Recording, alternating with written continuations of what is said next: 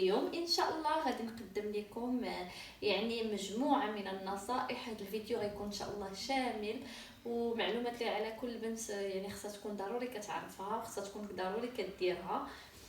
واول حاجه غادي نبداو بما ان فصل الصيف هذا يعني واخا ما بقى له والو يودعنا، غادي نهضر لكم على المنطقه ديال الابط، كيفاش العنايه بها، كيفاش التبييض ديالها. يعني هذه مجموعه المسائل اللي غادي نهضروا عليها ان شاء الله، ونتمنى الفيديو ينال الاعجاب ديالكم، وما تنساوش تدعموني بلايك وباشتراك للقناه. وغنبداو كيف ما عودتكم قبل كل حاجه او كل ماسك خاصنا نديرو، خاص اول حاجه كنبداو بها هي التقشير. والسر ديال هذا التقشير هو من موراه كيجي الترطيب، من مورا الماسك كيجي الترطيب اللي هو السر ديال التبييض ديال اي منطقه. المراد ديالها التبييض، المراد ديالنا نبيضوها. اول حاجه كنحتاجو هي السكر، يعني في المقشر ديالنا السكر. غنحتاجو كذلك زيت الزيتون. والطريقه راها جد سهله، يعني غادي نمزجوا هاد المكونين مع بعضهم وغادي نقوموا بحركات دائريه. يعني انا دابا غادي ناخذ واحد الكميه، يعني غير نعطيكم مثال. هانتوما هذا هو الخليط اللي خاصني نحصل عليه، وكنقوم بحركات دائريه بهذا الشكل، يعني المنطقه كامله بلطف. واحد المده ديال 5 دقائق لا اكثر راه كافيه. ومن بعد غادي نغسلو بالماء بارد ومن بعد بالماء دافي، وغندوزو للمرحله الثانيه. كيف ما قلت لكم تقشير بهذه الطريقه، يعني حركات دائريه. غير تبعوا هاد الشيء اللي غادي نقول لكم، راه غيعطيكم نتيجه من الاستعمال الاول.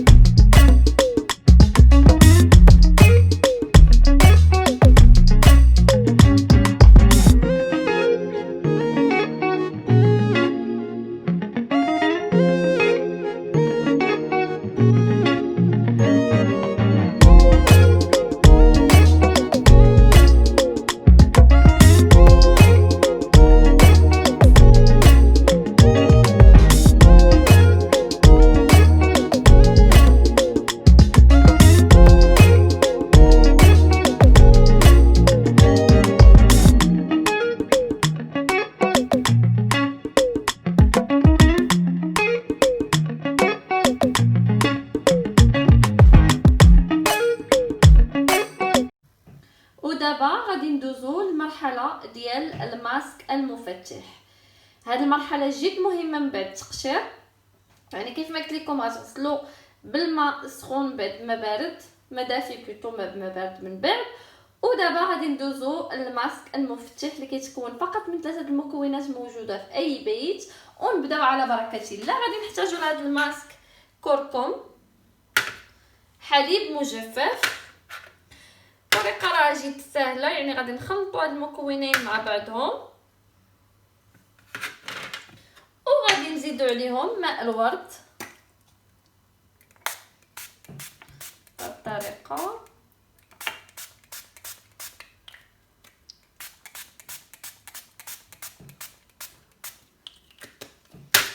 وغادي نقوم بالخلط ديالو.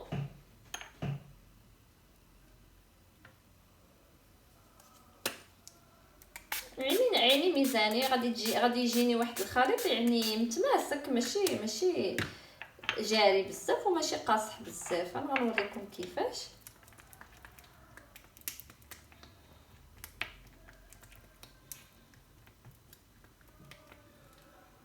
هانتوما هذا هو الخليط اللي خاصني نحصل عليه بهذا الشكل. الطريقه راها جد سهله، غادي توضعوا على المنطقه بهذا الشكل.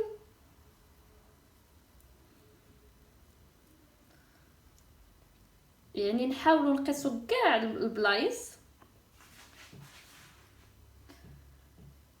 وغادي نخليه لمده نص ساعه. من بعد غادي نغسلوه بالماء دافي ومن بعد الماء بارد، وغادي نرجعوا باش نشوفوا يعني اخر مرحله في هاد الماسك الخاص بمنطقه الابط.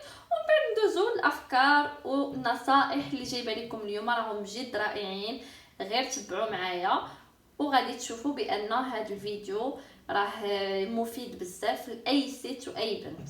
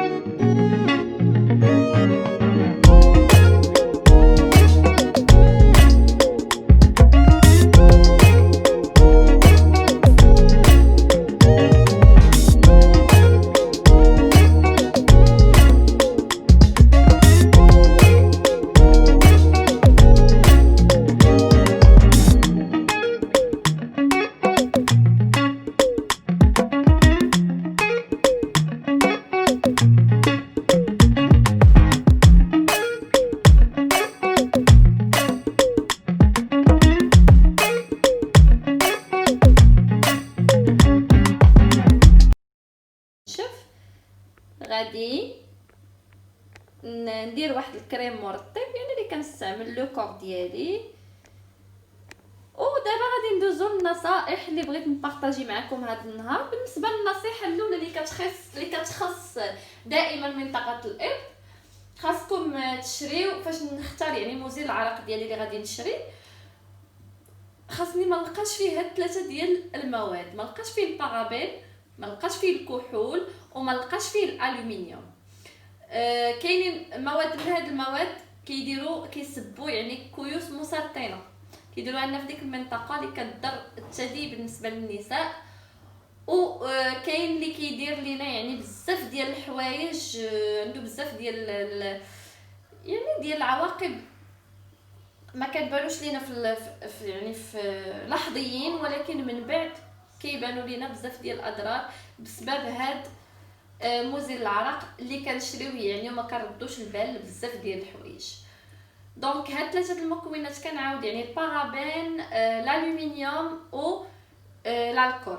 هاد ثلاثه ديال الحوايج ايفيتي الا لقيتو يعني المزيل العرق فيه هاد ثلاثه المكونات، من الاحسن ما تستعملوش، راه غادي يضركم طوطا، غادي يضركم زياده على هذا الشيء انه هو السبب الرئيسي اللي كيكحل لنا هذيك المنطقه. النصيحه الثانيه، دائما منطقه الابط من الاحسن تبدلوا يعني ازاله الشعر بالشفره، بدلوها باساليب اخرى اللي كتخلي الشعر يعني يتحيد من الجذور. يعني الشعر كيتحيد من الجذور، مثلا الحلاوه ولا كما كنسميوها حنايا يعني، ولا العصير، ولا اللي بالشمع ولا بالحلاوه. الحلاوه راه هي بالسكر، والشمع يعني العصير اما غادي ديروه في الصالون ولا تقدروا ديروه غير في الدار. هذه هي النصيحه ديالي اليوم. دونك حتى ازاله الشعر بالشفره كيسبب لنا السواد في اي منطقه، سورتو المناطق الحساسه، يفو ميو زعما ايفيتي. ودابا غادي ندوزو النصائح اخرى وافكار اخرى غادي تفيدك سيداتي. بقاو معايا وتبعوا الفيديو للاخر، راه هو جد مفيد.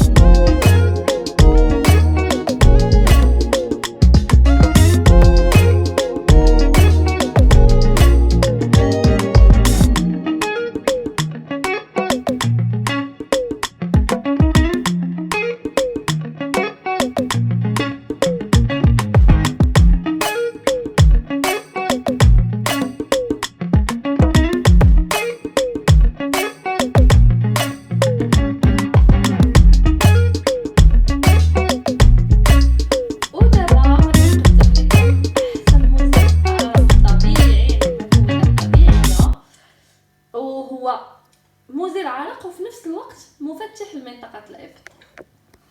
لهاد المزيل العرق غادي نحتاجو 4 ديال المكونات يعني متوفرين عند كل بنت. غادي نحتاجو 3 المعالق ديال الشبه، غادي نحتاجو معلقه ديال المسك الابيض،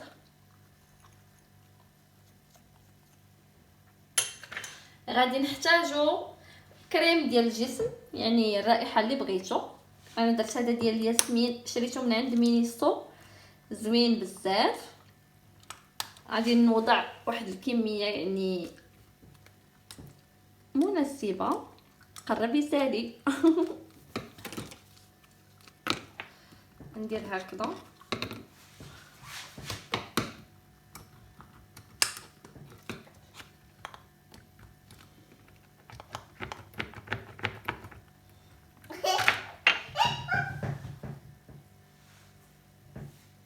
ودابا غادي نزيد زيت الورد،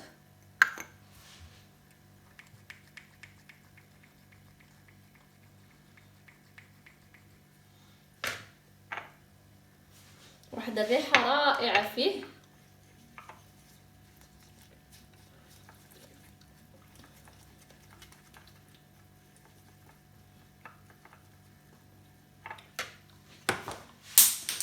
سمحولي ها الخليط اللي حصلت عليه غنديرو في اون بواط وغنحتفظ فيه، كيبقى مده طويله ما كيوقع ليه والو.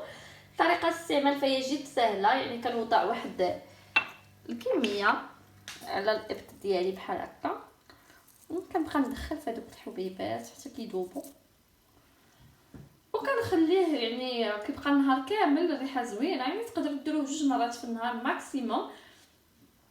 والفائده ديالو كيف ما قلت لكم فهو كيعطينا رائحه منعشه طوال اليوم، وفي نفس الوقت كيفتح لينا ديك المنطقه. يعني هادو ديجا راهم 2 ديال الحوايج مهمين اللي كتحتاجهم اي بنت. يعني حاجه مهمه يعني اننا كنحافظوا على ديك البلاصه ما كتكحلش، وفي نفس الوقت كتبقى فينا ريحه زوينه وكنبقاو نقيين النهار كامل.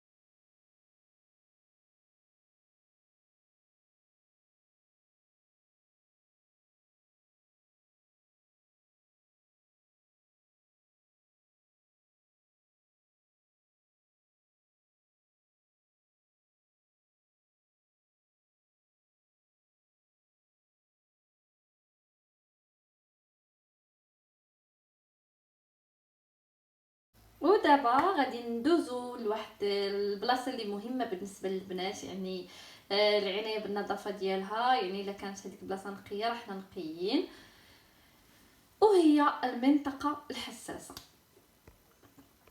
غادي نعطيكم واحد الروتين للعنايه بهاد المنطقه، يعني باش ديما كتكون نقيه وكتكون يعني الريحه فيها زوينه وكل شيء. دونك اول حاجه باش نعتنيو بهاد المنطقه هي كنديروا واحد المقشر طبيعي في البيت. هذه هي اول مرحله. كنحتاجوا لهذا المقشر العسل، زيت الزيتون، والقهوه يعني البن مطحون. هادو هما المكونات اللي كنحتاجو لهاد المقشر الطبيعي. يعني كيف ما قلت لكم المكونات راها موجوده في كل بيت، يعني مكونات سهله وبسيطه، والطريقه راها جد سهله. يعني غادي ناخذ شويه ديال العسل، وكل سيده راه غادي تعرف شحال غادي يكفاها يعني لهذا المقشر. كنخلط المكونات بثلاثه مع بعضياتهم.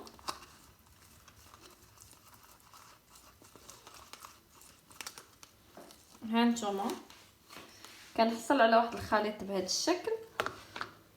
الطريقه راها جد سهله.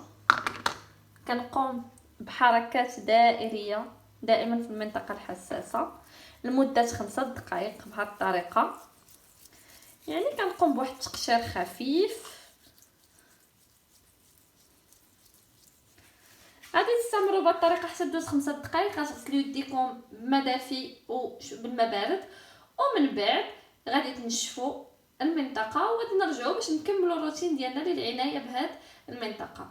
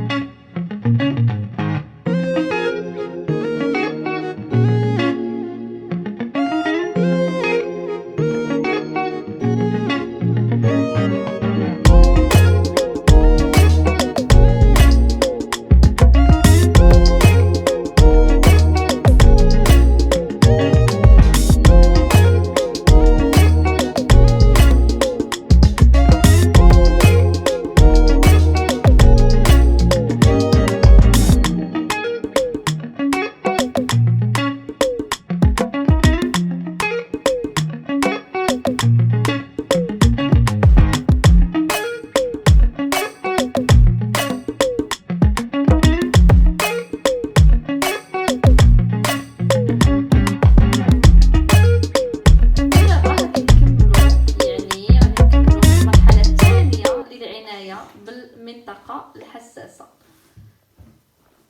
وكيف ما قلت لكم يعني هاد لا روتين الا تبعتوها راكم غتحصلوا على نتيجه من اول استعمال. والمكونات ديال هاد المرحله فهم مكونات يعني متوفره في اي بيت. غنحتاجوا حليب مجفف، نشا، معلقه نشا ومعلقه ديال الحليب مجفف. غنحتاجوا واحد 2 معالق ديال الحامض. والطريقه راها جد سهله. غادي نمزجوا هاد المكونات مع بعضها.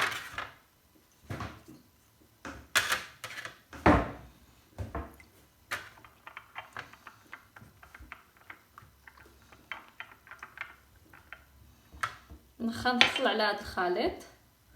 غنقوم بالوضع ديالو في المنطقه يعني الحساسه، يعني المرطب يد ديالها ولا التفتيح ديالها بهذه الطريقه. وغادي نخليه لمده 30 دقيقه. من بعد غادي نغسلو بالماء دافي والماء بارد. من بعد واحد الملاحظه، انا الا لاحظتوا في الماسكات ديالي راه ما عمري ما استعملت الحامض ديكونسيي بور لا بو. هنا استعملته حيت هذيك البلاصه كتكون مغطيه من الشمس.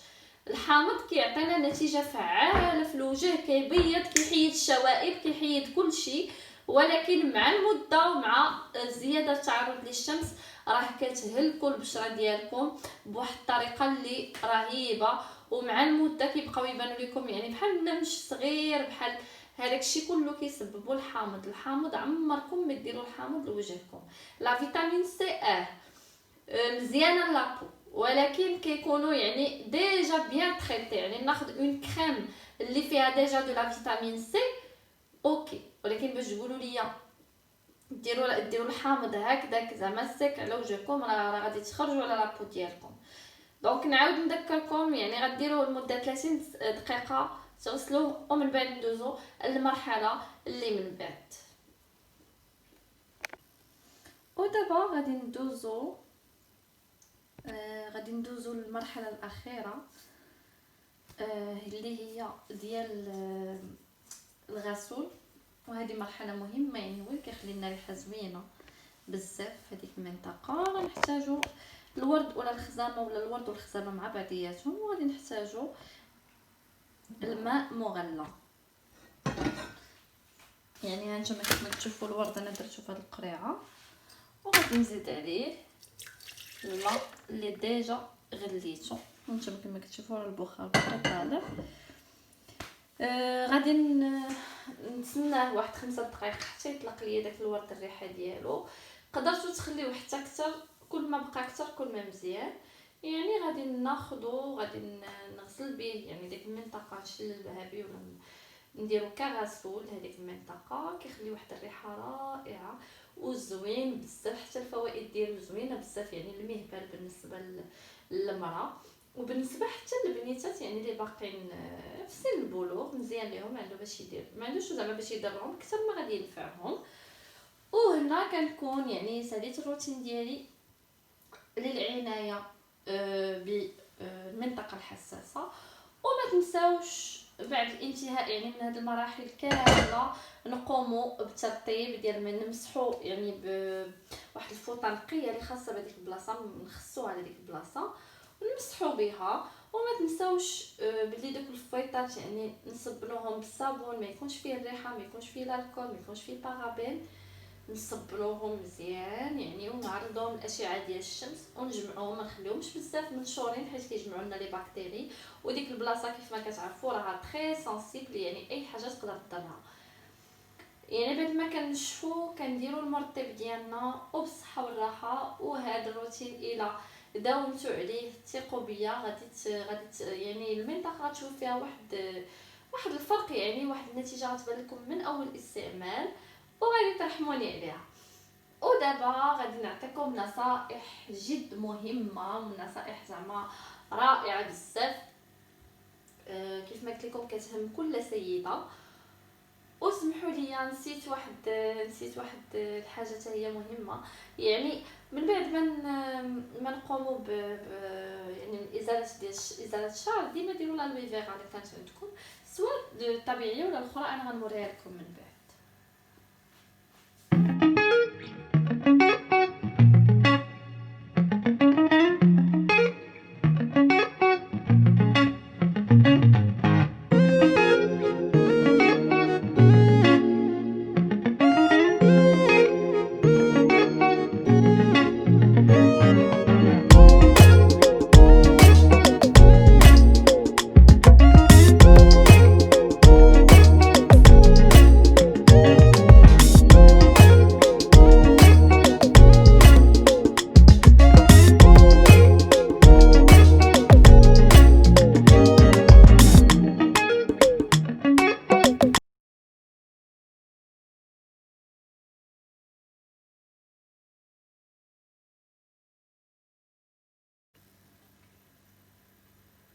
ودابا غادي ندوزو للمرحله الاخيره اللي هي يعني بعد ما نشفو غادي نقوموا بدهن المنطقه بالالوي فيرا. انا عندي هذا النوع زوين بزاف،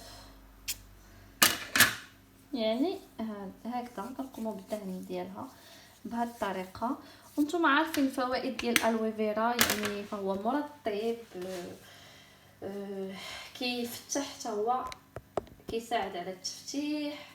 امام هذوك يعني الشعيرات ملي كيبداو يطلعوا من بعد من بعد ليبيلاسيون كيطلعوا هابطين، ما كيكونوش واقفين. بالنسبه حتى الناس اللي كيديروا الغازواغ هذا كيعاون، واخا كيطلعوا لك جوج صغيرات في بلاصه وحده ولا ثلاثه في بلاصه وحده ما كيطلعوش واقفين. مهم هذه اخر مرحله، يعني غنمسح ونرطب بالالوي فيرا.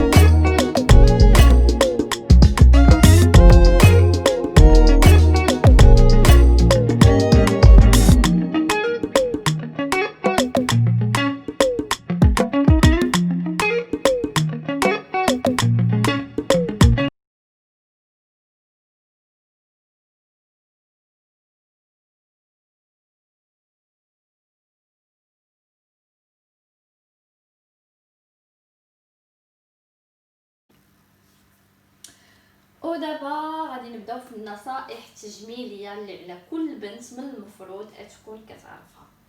واحد الخطا شاسع كيديروه جميع السيدات، غالبا الكريم ديال النهار كيتسالى قبل الكريم ديال الليل. لا بروف هي عندي انا غنوريكم. ها لا كريم دو جور هي قريبه تسالي، ولا كريم دو نوي شوفوا كيفاش باقا عامره.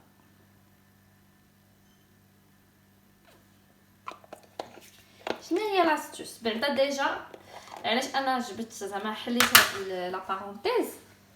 بزاف ديال لي فام دونك كيسالي لا كريم دو جور كتسالي قبل لا كريم دو نوي، اش كيديروا كيوليو يديروا لا كريم دو نوي بالنهار وبالليل، حاجه اللي خاطئه، حيت لا كريم دو جور باردون لا كريم دو نوي لا كريم دو جور كتحمينا من الشمس ياك، دونك ما عندها باش تنفعنا بالليل، فيها لا اس بي اف اللي كتنفعنا من الاشعه ديال كتحمينا من الاشعه ديال الشمس. كونطخ لا كريم دو نوي الا درتيها بالنهار وتعرضتي للشمس باردون يعني عندها اضرار على الوجه ديالك، كيوقع لك اضرار بسبب اشعه الشمس. اما لا كريم دو جور هي كتحميك من اشعه ديال الشمس اللي كتعرضي ليها في النهار، اما هذه ما كتحميك من حتى شي حاجه، يعني راه الا درتيها وخرجتي للشمس غتخرجي على وجهك. هذه النصيحه الاولى. وكيف ما قلت لكم حنا دائما في الخانه ديال النصائح واحد زعما اون انفورماسيون تري امبورطونط بالنسبه لينا حنا البنات. ديما يعني افون دو دورمير كنا كنغسلوا وجهنا وكنغسلوا سناننا، شوز اللي خصها دار ماشي زعما شي حاجه اللي نديرها وقت ما شقات ليا. دونك نغسل سناني وعاد نغسل وجهي، دونك جو كومونس باغ مي بروسي لي دون، وعاد ابري نرجع باش نغسل وجهي بالغسول اللي انا متعوده كنغسلو. دايوغ هاد الغسول يلاه بديت كنغسل به باسكو مشيت وما لقيتش هذاك الجونسون اللي مولفه كنغسل به. هذا فيه لا فيتامين او، زوين بزاف صراحه، جاني زوين. سورتو بالنسبه للناس اللي عندهم لابو غراس، عرفتي زوين بزاف بزاف. نكملوا. دونك اش قلت لكم، نغسلوا سناننا وعاد ابري دونك نغسلوا وجهنا. علاش؟ بوكوا؟ حيت منين كيخرج لينا دونتيفريس كيقيس لينا الجناب ديال فمنا، وكنغسلوا فمنا غير بالماء، راه كيبقى الاثر ديال الدونتيفريس. والدونتيفريس هو السبب الاول والرئيسي ديال السواد حول الفم.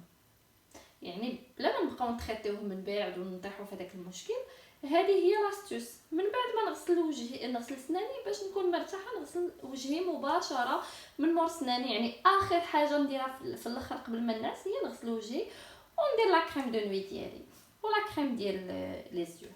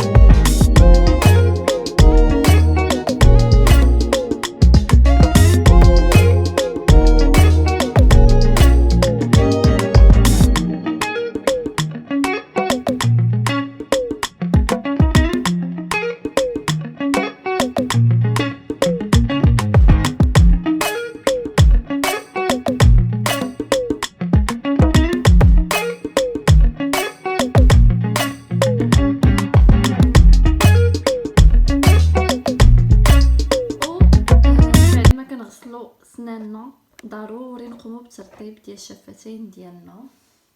المرطب راه ديجا طبيعي، ديجا راني بارطاجيتو معكم، اللي صايبت بلاكر الفاسي وفازلين. منها هانتوما منها كيخلي لينا واحد اللون زوين وطبيعي في الفم ديالنا.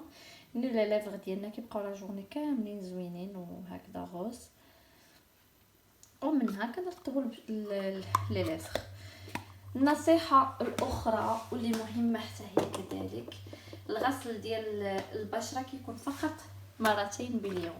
يعني الا غسلت لابو ديالي اكثر من 2 مرات في النهار، راه هادشي كيسبب في الجفاف ديال البشره. هذه حتى هي نصيحه خاصكم تاخذوها بعين الاعتبار. يعني التنظيف ايه مهم، ولكن فقط مرتين في اليوم. راه الشيء الا زاد على حدو كينقلب لضدو، راه ديجا قلت لكم.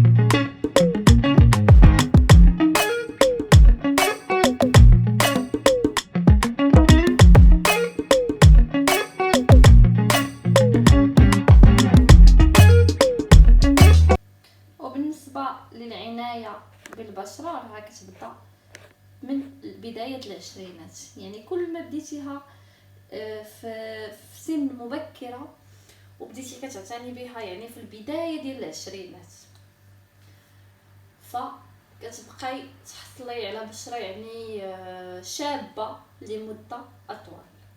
راه الترطيب ثم الترطيب ثم الترطيب كيأخر التجاعيد، كيغذي البشره، كيخلينا نبانو ديما زعما اون بون سونتي. نقدروا مع المده في الترطيب راه كنحصلوا على دي جو يعني حمرين ناتوريلمون. كيف ما قلت لكم الترطيب راه ماشي حتى يبداو فيا لي غيد عاد نبدا نقلب على الترطيب، ولا هذيك الفكره اللي كاينه خاطئه حتى لاج ديال 35 عاد لي غيد كيبداو. لي غيد راه غير مخبيين في 35 غيبداو يبانوا الا كنتي ما كتهلايش في راسك وما كتبعيش هذيك لا روتين اللي ديجا بارطاجيت معكم. سويي سور اي سيغتان بان غتوصلي لاج دو 36 ans 37 ans وجهك غيبدا يبان بحال عندك 60 ans. alors que الا بديتي لو تريتمون ديال لابو ديالك وبديتي كتعاونيها يعني وكتهلاي فيها الاج دو 20 راه في البدايه ديال العشرينات اللي كيبدا لو تريتمون واللي كنلمسوا النتيجه بهذاك لو تريتمون اللي كيعطينا فريمون ان ريزولطا امبيكابل. كيف ما قلت لكم اعتنيوا بالبشره ديالكم باش يعني واخا كتقدمي في السن ما كيبانش فيك هذاك التقدم في السن. سي فغي زعما لا سوني كان شيفر، وباش نيت نطبقوا هذه القضيه بان لا سوني كان شيفر هي نتهلاو في لابو ديالنا وديما نبانو صغارات وزوينات بوكوا با. وكلشي متوفر الحمد لله، يعني مكونات بسيطه واحد لا روتين غادي تولفي عليها، راه الا ولفتي راه مابقيتيش تقدري تستغناي عليها.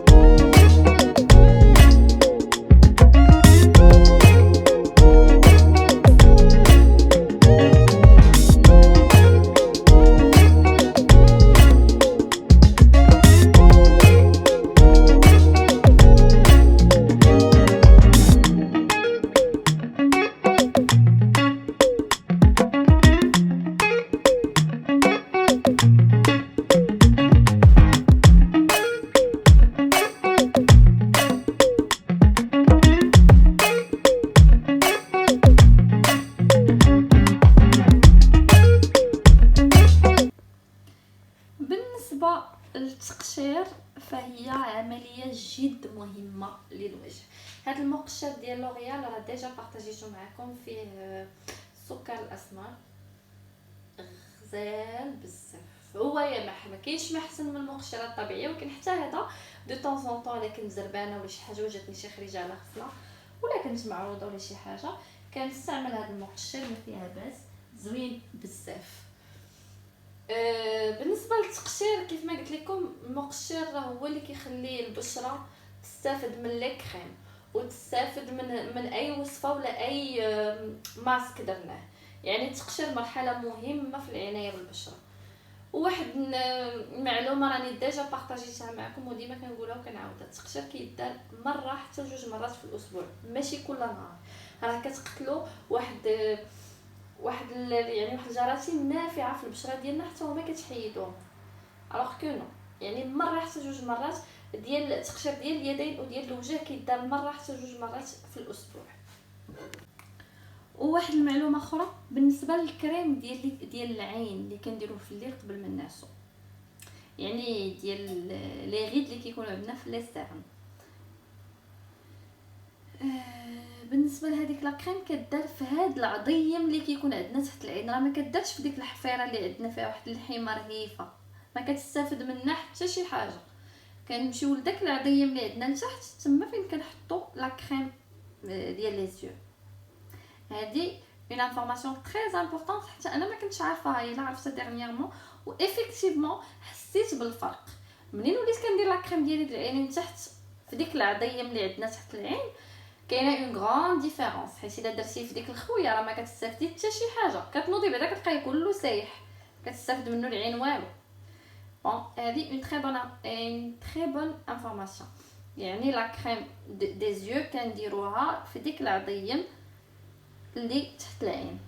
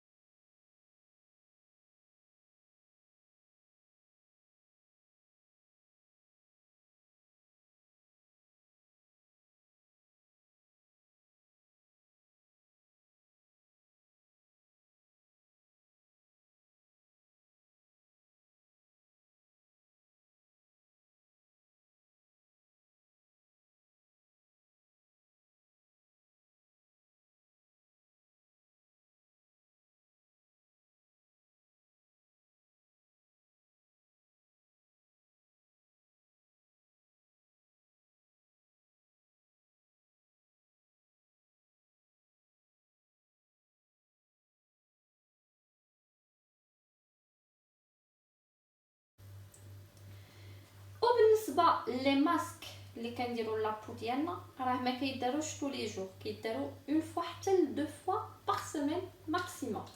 يعني حتى الكثره ديال العنايه بالبشره راه كتدمر البشره، راه كيخرجوا لنا حبيبات، كتولي لابو ديالنا تري سنسيبل بهذوك لي ماسك اللي كنديروا طول لي جور. ولا لو ماسك كيدار اون فوا حتى لدو فوا غرو ماكسيموم، دو فوا الا جاتك شي خريجه ولا شي حاجه بغيتي تعاودي، اما جينيرالمون زعما اون فوا سي لارجمون سوفيزون، لابو ديالنا كتستافد اي تو.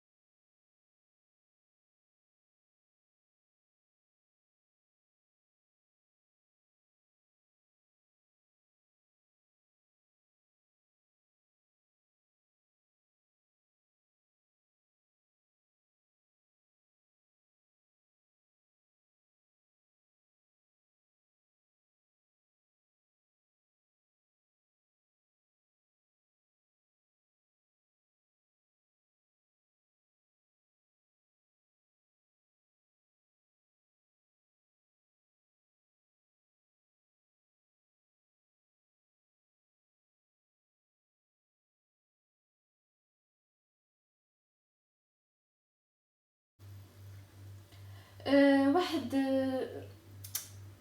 اون فريمون ما عرفتش واش نقول، واش نصيحه ولا مهم خذوها كيف ما بغيتو.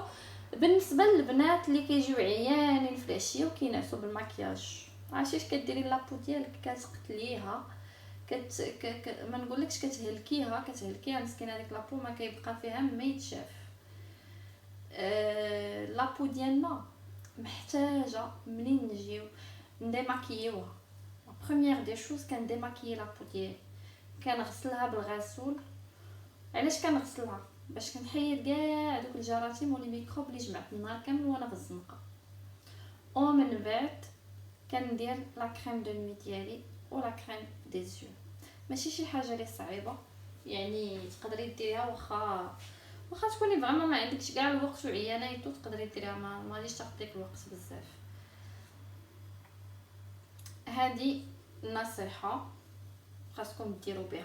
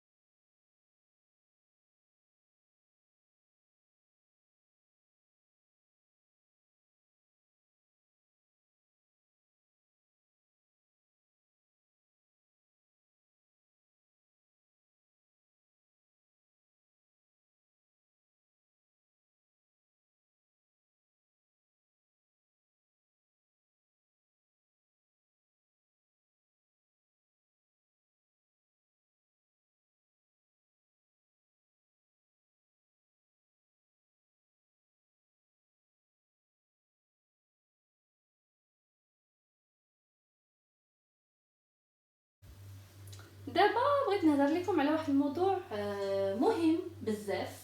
بزاف الناس، بزاف البنات بلوتو ما كيعرفوش النوع ديال البشره ديالهم.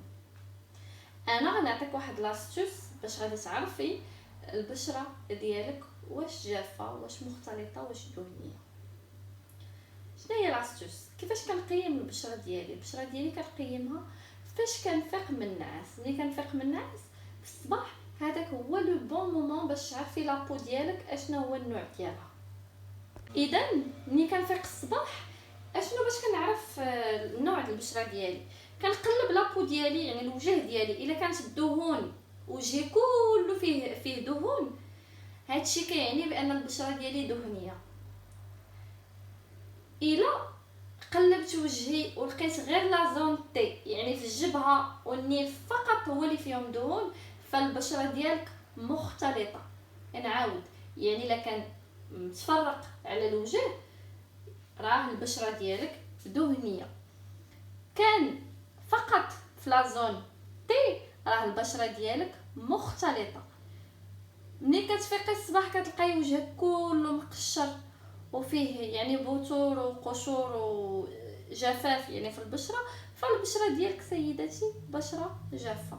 الطريقه راها جد سهله، يعني منين نفيق الصباح بالنسبه للبنات اللي ما كيعرفوش عادي اي وحده ممكن توقع لها. كاينين بزاف البنات ما كيعرفوش يفرقوا ما بين لي تيب دو بو.